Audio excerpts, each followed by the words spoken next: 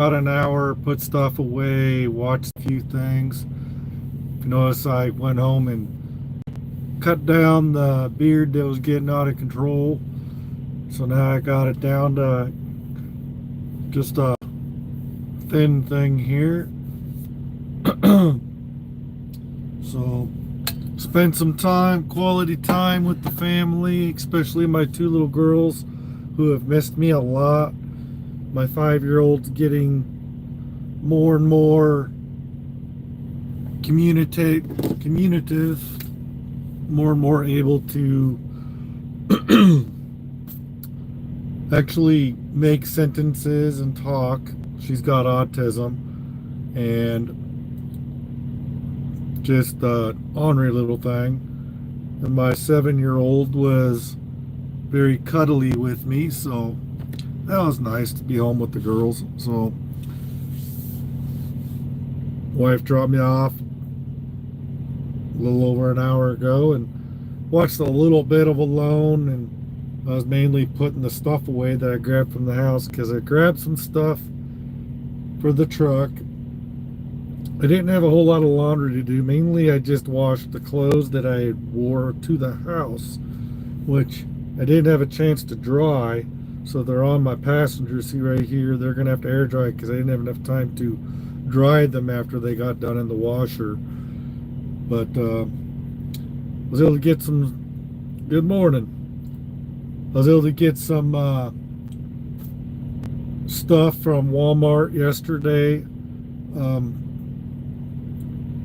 Wife Pig bought me some of the foods, and I always send her money on Tuesday, so I'll just send her a little more on Tuesday when I get paid. But I've got till 7 a.m. Thursday morning. I got till the 2nd at 7 a.m. to get to Montclair, California, so that should be easy enough. That should be way easy to do. When I get pretty close, I'll start sending messages of when I think I'm going to be there. So, and obviously add a few hours to that ETA just to be safe. For one, I got to go through the mountains, and it's still chaining season. They're sending me down through Denver, obviously, because my fuel stop is at the Loves in Salina, Utah, which is off of 70. And that's the last 56 miles of I-70 before it dumps you off on I-15. I know exactly where that's at because I used to drive past it and sometimes even stop there. Most of the time I just drive past it both directions when I used to work in Allen Ritchie. Several years ago, my run was Des Moines to Las Vegas to Chicago and back to Des Moines, team driving, and we only stopped to swap fuel, swap trailers, and we would meet a driver from LA just in G, Nevada, exit, I want to say it's exit 12. I haven't been there for several years now, so it's starting to get a little foggy. But originally, when the first year or two that I started, it was the Pilot on the north end of Vegas, and then they changed it down to Jean, Nevada. And so I've had all kinds of different co-drivers over the years. Now I'm solo, but I had all kinds of co-drivers over the years, and I've had co-drivers I had to babysit. I've had co-drivers that were really strong like me, and we would get in and just go, and we would make record times everywhere we went, where we were waiting like several hours for the relay driver to show up in Jean, Nevada from LA. And I've had all kinds of co-drivers over the years. Ones I had to babysit, and ones that I had to teach how to do stuff because they didn't know how to do anything. And sometimes there was co-drivers that I had that taught me a few things. You can learn something from anybody in the trucking industry. You can even learn something from new guys. And so I might have 24 years of experience, but the thing is It doesn't matter how long you've been driving, it matters what you've been doing during your driving experience over the time, you know. It depends on how much of that was real over the road. And a lot of my driving has been dedicated runs where I was hauling mail or doing things I didn't have to deal with weights and stuff. Everything was pretty much dialed in so well that all I had to do is go pick up the load, take off and drive. When you haul mail, you don't have to worry about weight because you're so light that you're not worried about that. You're worried about weather, and you're worried about making time if you got to deal with weather, construction, detours, things like that. You're not worrying about whether or not you got to slide tandems or anything, because you don't have to do that. So sliding tandems is something that I am very bad at, very rusty at. I can do it, but I'm not good at it because I haven't had to do that much of it. When I was at Bay and Bay, I was doing okay, but I had so much weight up front that I was always so heavy up front that I was worried about getting an overweight ticket up front. When I was at K&B, I was never overweight. I just seemed to be able to look at the trailer and see what my scale ticket was. If I was at a facility where they had a scale before you left, I could look at those weights and kind of go, okay, I need to put my tandems here. And then when I got to the CAT scale ticket, I would redetermine how correct it was by that weight. And then I usually only needed to rescale once. Very rarely did I have to scale 3 times because I was pretty much able to get it so everything was legal. Not always the best balanced. I'm not the greatest at sliding tandems. That is one of my biggest weaknesses as a driver because I haven't had to do a lot of it. I really haven't. And then I've always, I haven't had to worry about doing split sleeper bursts and stuff like that because I always just be able to get in and go. And at the end of my drive shift, my co-driver would take over and I would go to sleep. I didn't have to worry about all this other garbage. I just had to worry about whether or not I had to chain in the mountains. I'm very good at, I'm not the best chainer in the world either, but I do okay. A lot of drivers don't even know how to chain, so I got one up on a lot of drivers who don't know how to chain or are just simply not willing to do it because they get in that they get out in that area and the chain law goes up, they're going to pull it over. They're not going to chain. Some of them don't even know how to. Almost every time I go out in the mountains, I wind up in a chain station having to chain. I always wind up sometime during chaining season, somebody will, from one of the trucks ahead of me or behind me, will walk up and ask me how to chain or ask me if I have chains I can sell them and things like that. And no, I wasn't able to do any of that. I would try to show them how to do it if I had time, but it's just like you look at those people and you go, what are you doing out here in the mountains if you don't have chains? And if you don't know how to chain, why did you keep driving? And number 3, if you're a truck driver and you have not learned how to chain, with some exceptions, if you don't usually drive in areas where you have to chain and it's very rare for you, that might be different. I don't know. But it's always been my kind of attitude that as a truck driver, you should have some idea how to chain. You really should. And if you don't know how, you should definitely be learning. And I have a few videos on my channel that are old. Not my very first ones are kind of longish. My best chaining video is probably my video titled an example of how to chain up. That is probably the best one because I did everything right in that video. a couple of my other chaining videos, I didn't put the chains on right, because there's really only one way to lay the chains on, because it's dictated by every hook-like apparatus on that chain, and you want every hook facing away from the tire instead of against it, okay? And so your cross lengths of these two hooks, those have to be facing out.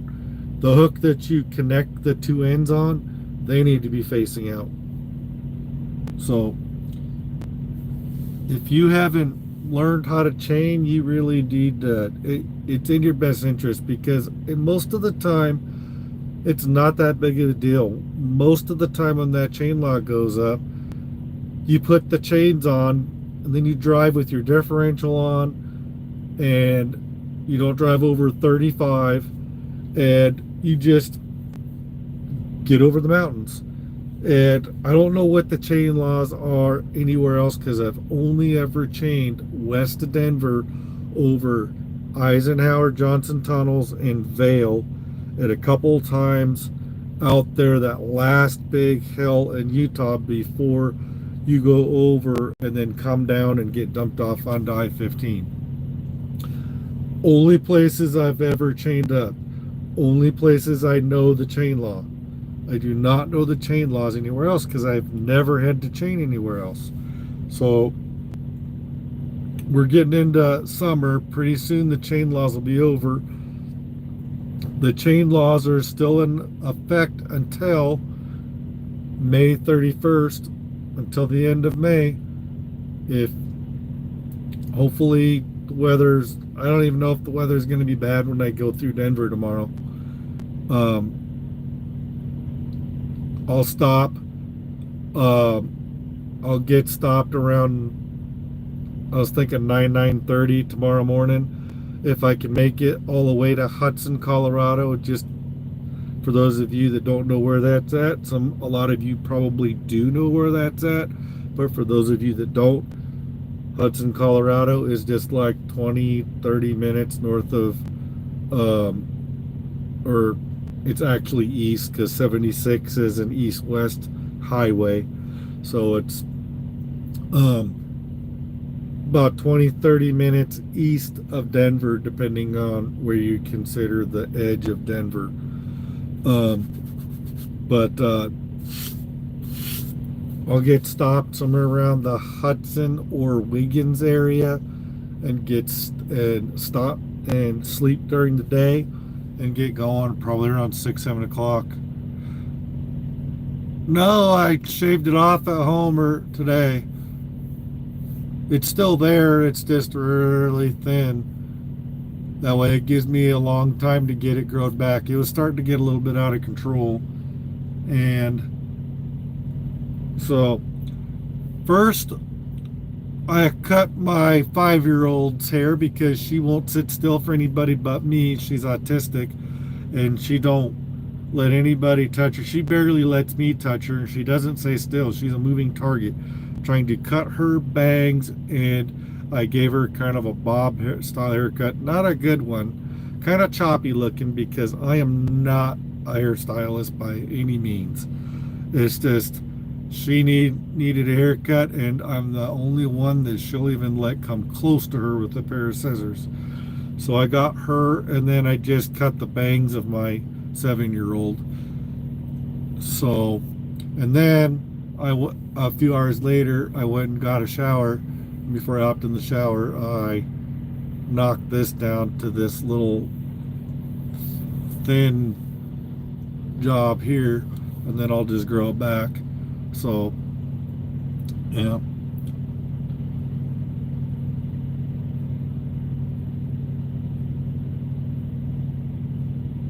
Yep. I figured out I got time I need a 34. I was down to my last 4 or 5 hours on my 70 when I got parked here yesterday. And my 34 is going to be up in about 32 minutes. I've got 33 hours and 27 minutes, now 28 minutes. in the sleeper, and then I'm going to take off. I'm going to do my pre-trip stuff, and then I'm going to get gone. And I'll make it over to Colorado, somewhere in the Hudson, Wiggins area, depending on what kind of time I make, across Nebraska. Allen Ritchie trucks used to be down as low as these trucks. It used to be 65 when I used to do a Vegas run, and I do the first shift a lot, and I'd always make it. We'd always swap out at Hudson, Colorado. We'd leave at 2:30 in the morning, and we'd get out to Hudson, Colorado around somewhere between 12 and 1 o'clock in the afternoon. And then the next person would take off, and they would make it from Hudson, Colorado we'd swap out in Cedar City. And then the next person would just drive down to Jean, Nevada, south of Vegas. And that'd be like 3 hours down, wait for an hour or two, whatever, for the relay driver to show up from LA. And then I am not totally sure how many hours it is from Vegas to the Ontario area of LA, but I don't think it's a full drive shift. So I think I got 2 and a partial drive shifts ahead of me to get to the LA area, to Montclair, which is right next to Ontario. I'm thinking that I've got about, I'm just going to call it 3 drive shifts to get there, stopping twice, 2 10-hour breaks. There's no reason why I shouldn't be able to get there by 7 a.m. on Thursday morning on the 2nd. So I should be able to make it.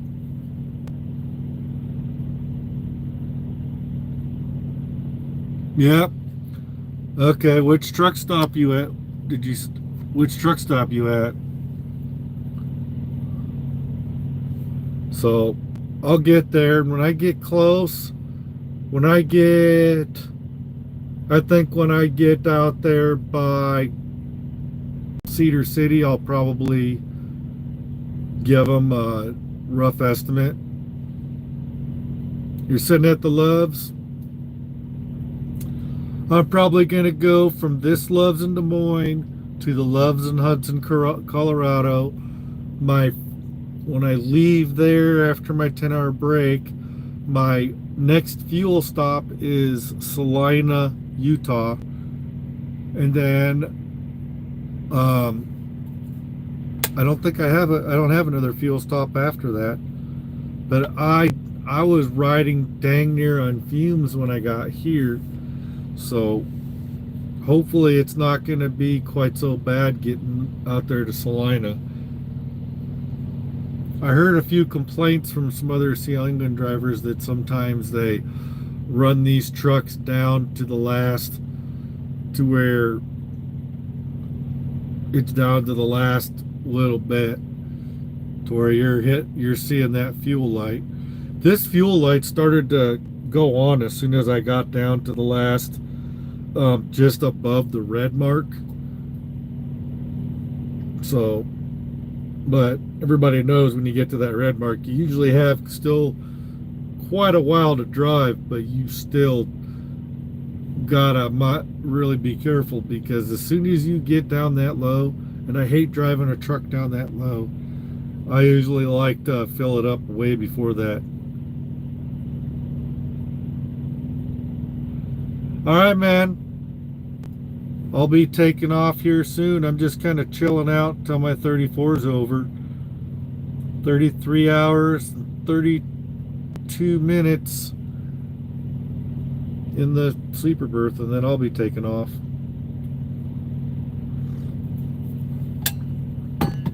So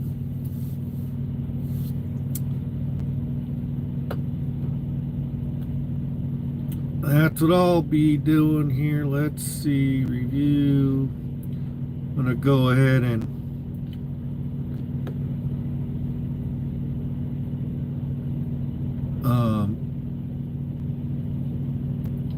do my whatchamacallit, where you certify your logs. Yeah.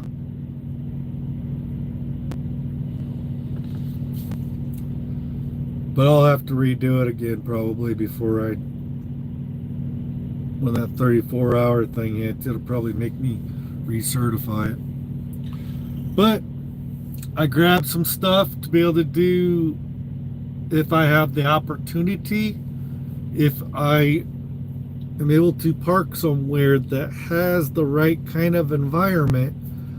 I brought some basic camping stuff to be able to pitch a tent if I'm in an area that will allow me to do so.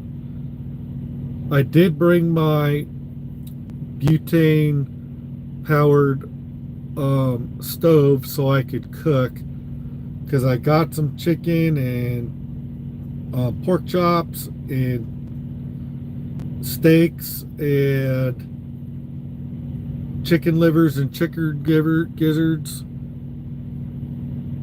and I filled my cooler up.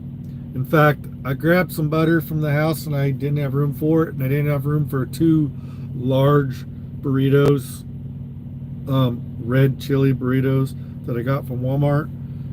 I had to put them in this other fridge that's not powered, and hopefully they'll be all right, but I have a feeling the butter will be fine, but the burritos I might have to throw out.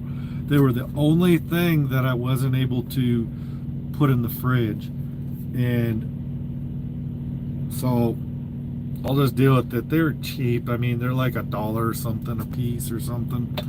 I'm not too worried about it. If they do go bad, I'll just throw them out. But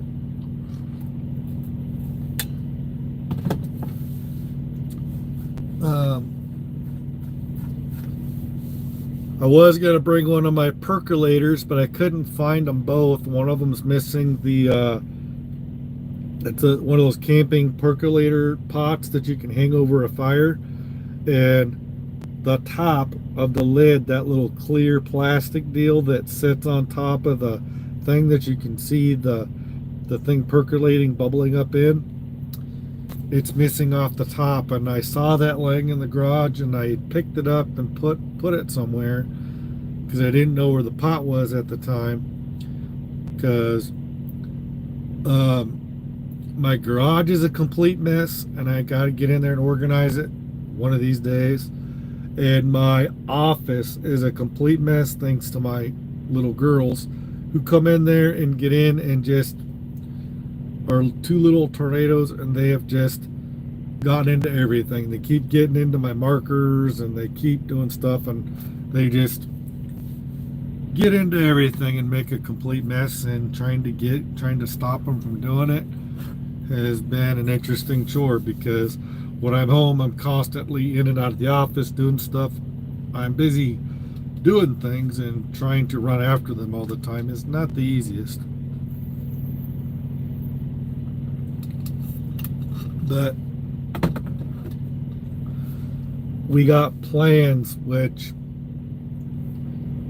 we are planning here on Mother's Day weekend. We're planning on going up to Minnesota with the 2 little girls, taking them to Great Wolf's Lodge and going to the mall.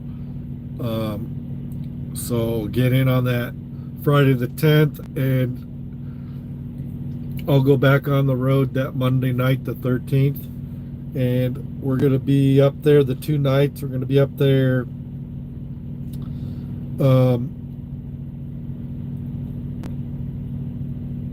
we're going to leave Saturday morning. It's about a 3-hour drive up there, and we're planning on staying over there Saturday night and Sunday at Great Wolf's Lodge, checking out, and then leaving in time for me to get home to get back on the truck. And unless we change our minds beforehand, that's the plan. I don't know if my wife has already gotten on there and reserved that second night or not, but we were talking about it, and if we do that, we're gonna have to call the two girls out of work, and my wife's gonna have to call out of work. And Work for South Florida. We got put on the FEMA water hauling spring water direct out of Zephyr Hill, straight up. all right, we'll turn that down.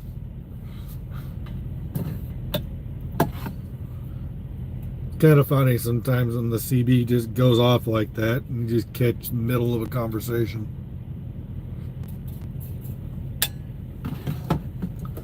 But I have about as good a signal off the one antenna right here as I did off the two when I had two antennas on the Bay truck. So, but everything on the truck is always a work in progress. So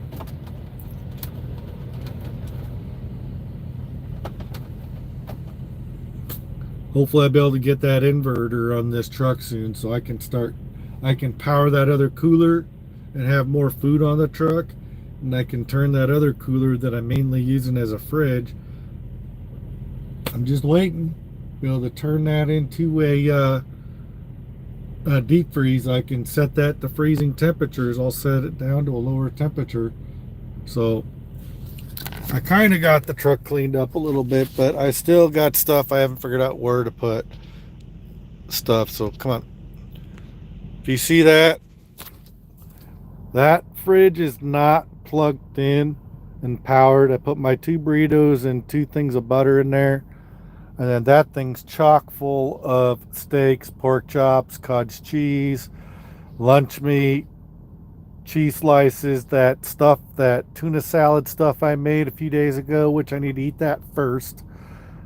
If you notice, I got my TV face down on the bed, loaf of bread, my coffee. I got camping pots and stuff. And then up top, I got some different things. I took one of your guys' suggestion and I pulled that mattress from up top. One of you guys suggested to take the mattress from up top and put underneath. Problem is that mattress that was up top there is not as wide as the mattress is down here, and so I had to pull it forward towards the front because this edge here was flopping down, and so I just pulled it forward from underneath. But now I've got my Spider-Man set of sheets and comforter on there, and then I got my 2 camo comforters on top of that. So I got 3 comforters and a set of sheets, four pillows, because I like to be comfortable. I always try to set myself up comfortable, but I do admit that I probably got a little bit too much on the truck. I got some stuff I'm going to throw away here after a little bit, a couple boxes. But now I feel like I'm a little bit more comfortable with my situation as far as being able to cook on the truck, even though using a camp stove that uses the gas butane things is not the safest thing for on the truck. You got to make sure you crack your windows and things like that when you do it. And then you got to be real careful not to knock that thing over if you need to move around the truck for any reason. And my next challenge is I don't really have a good place to set that thing on.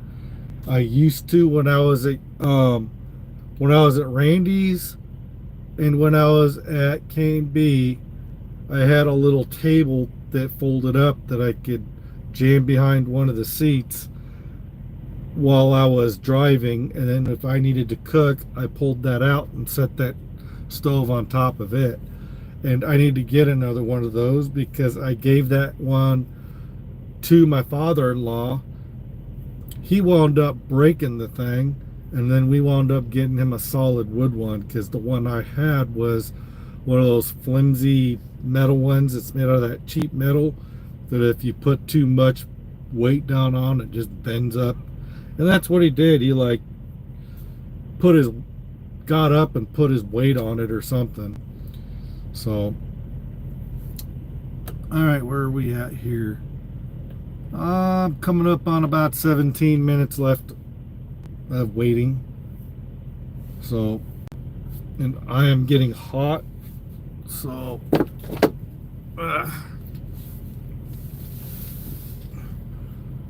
once I start driving, this truck will cool down quite a bit more.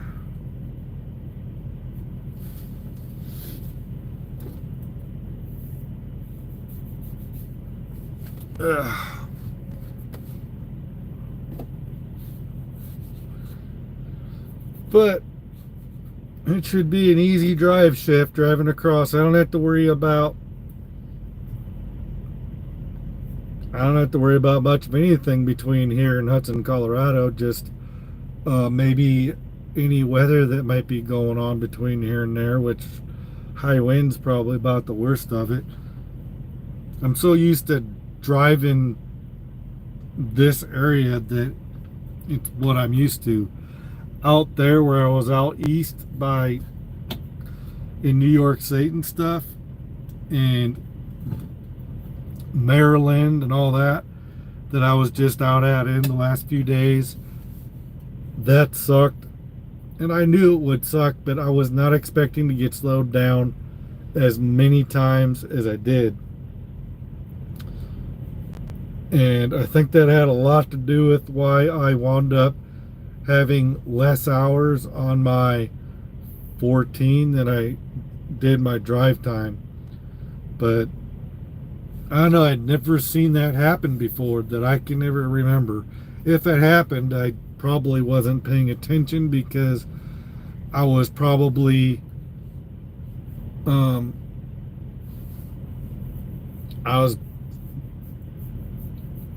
don't know, I just never had that happen that I can really recall. Maybe I was at companies that have the ELDs that didn't do that. Someone said that there are ELDs that your drive time will adjust to your 14-hour time, and I thought that would be the case with all ELDs, where the drive time would adjust to your 14-hour clock, or vice versa, that they would either be equal, but never, I thought, would the 14-hour clock, because I just never seen it really do that I can ever remember in 24 years of driving. So that was really weird for me to see that. But if it's possible, it's possible. Now I know.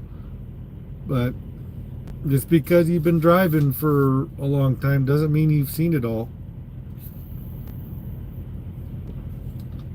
Especially when half of those years was hauling mail, where I just had to get in and drive, and it was usually team driving, and I always got a 34-hour reset between I would be out for 3 days and be home for 2. When I first started Alan Ritchie, I'd do three days driving, 2 days at home, 3 days driving, 2 days at home, and then it used to be that third time you got 1 day home, but you always got like a 34-hour reset, and even if you didn't, you always had plenty of hours. And we'd get in and we would drive. Most of the co-drivers I had, we would drive out our 11-hour clock, and we usually had places picked out. But when you do dedicated route, when you're on the same thing all the time, stuff like that is just easy. It's easy job when you do that. I had it so good at Alan Ritchie, and I probably could have made more money if not hauling mail and doing over the road, but the trade-off is I was home on a regular basis. I was home more than most truck drivers, and I was had easy drive shifts. And depending on most of the people I had as co-drivers now in Richie were pretty decent to have on the truck. There was only very few of them that uh, I didn't get along with. I could get along with just about anybody at Allen Ritchie. So about about 11 to 12 minutes, less than 12 minutes. Okay.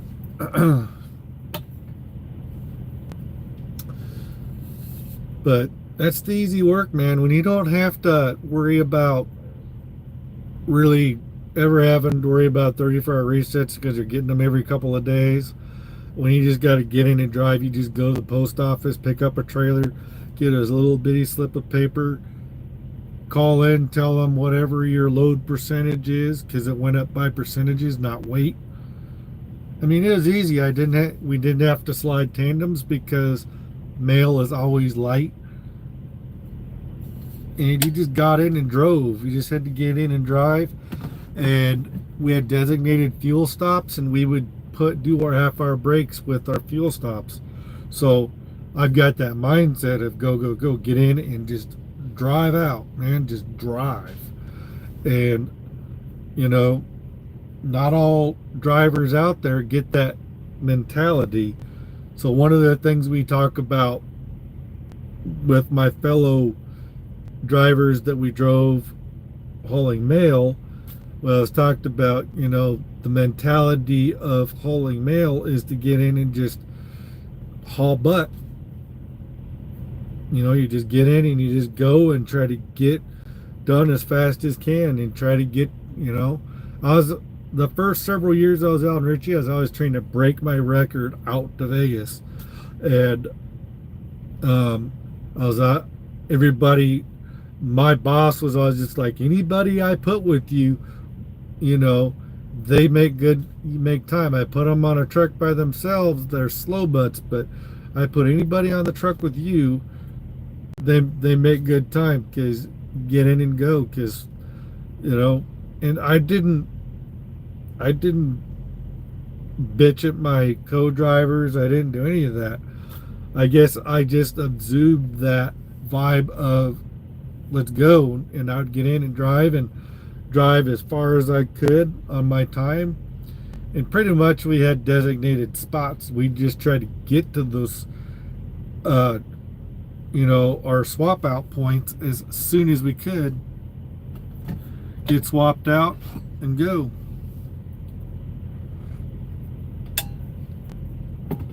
Hauling mail is easy.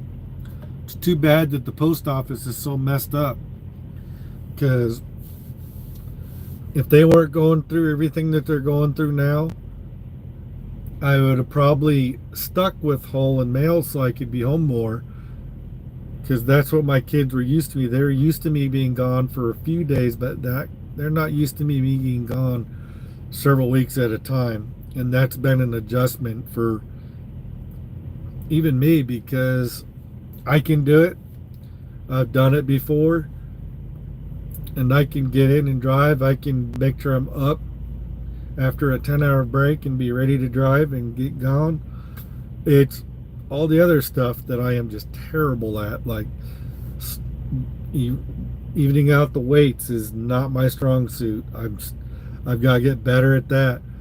And doing other things with my logging times is something that I just haven't had to mess with. I mean, doing the 7 and 3s and 8 and 2s or whatever you call them, that's just like something I just can't wrap my head around, because I've never had to worry about doing that, because a lot of my driving years have been team driving, where it was get in and go and didn't have to worry about, you know, stuff. And I would always do full 10-hour drive shift whenever possible. So it's just what I've always done. So yeah, All right. What's everybody up to before let's see, got like 7 more minutes and then I'm probably gonna hop off here and start my pre-trip so I can get out of here to make sure that I don't mess up and wind up late, which I'm not going to be late to Montclair. I should be able to be there in 3 drive shifts, 2 10-hour breaks, and I have to be there till 7 a.m. on Thursday. Yeah. About 9 o'clock, 7 o'clock from Hudson tomorrow, which is Monday. Leave from there. I'll be somewhere out in Utah, like Cedar City or something close to there by 4 or 5 in the morning on Tuesday. And then I'll get going around 3 o'clock in the afternoonish. Roughly, this is just all rough, just picturing it. I'll be I should be there sometime early Wednesday morning or something like that. So sometime on Wednesday I'll be there.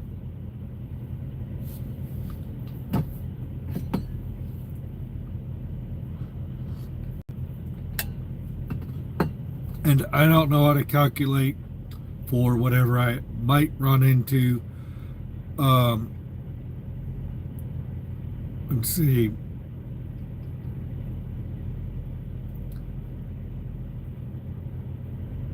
I shouldn't have to worry about rush hour traffic anywhere but possibly. I don't think I'll be hitting rush hour traffic anywhere because I'll hit LA in the middle of the night probably. So traffic should be at a good flow in the middle of the night. And I won't hit Vegas during peak time, I don't think. I shouldn't be hitting any rush hour traffic. Shouldn't be going through any cities during rush hour traffic times. I don't think. I don't know. I'm going to miss most of them.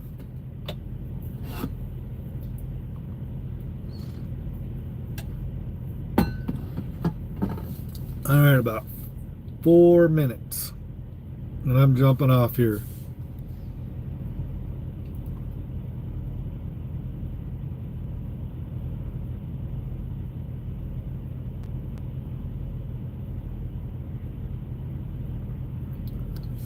Yeah. All right. I am working on an edited video, but I haven't had much time to actually edit it. Oh, she's trying to call me again. All right. I am well, here in a couple minutes I'll hop off. Got about 3 minutes. Yeah, I think I'm gonna jump off here and get ready to do my pre-trip. Call the wife while I'm doing my pre-trip. And make sure I got things in safe areas where I'm not gonna have stuff. Make sure I don't have anything that's gonna be fallen. I think I got everything put away. The only thing that really should be falling is my clothes off the passenger seat. I got clothes drying that I didn't get to dry in the dryer all the way, so I got them hanging on that passenger seat, and then I got my safety vest right hanging off of there, but I got other safety vests too, so I got so many high-vis stuff. If you guys haven't noticed, I've got safety safe high-vis shirts, some of them long-sleeved, some of them short-sleeved, and I got high-vis vests. Got like at least 3 of those. One of them says Sierra England on them. One of them I got from, I think, K&B, that I still have. And then I got the one that I bought that has some orange mixed in with the yellow. And then I got that black high vis, and I got this high vis jacket. So I'm covered in the high vis department, and obviously you've seen me wear those high vis ball caps.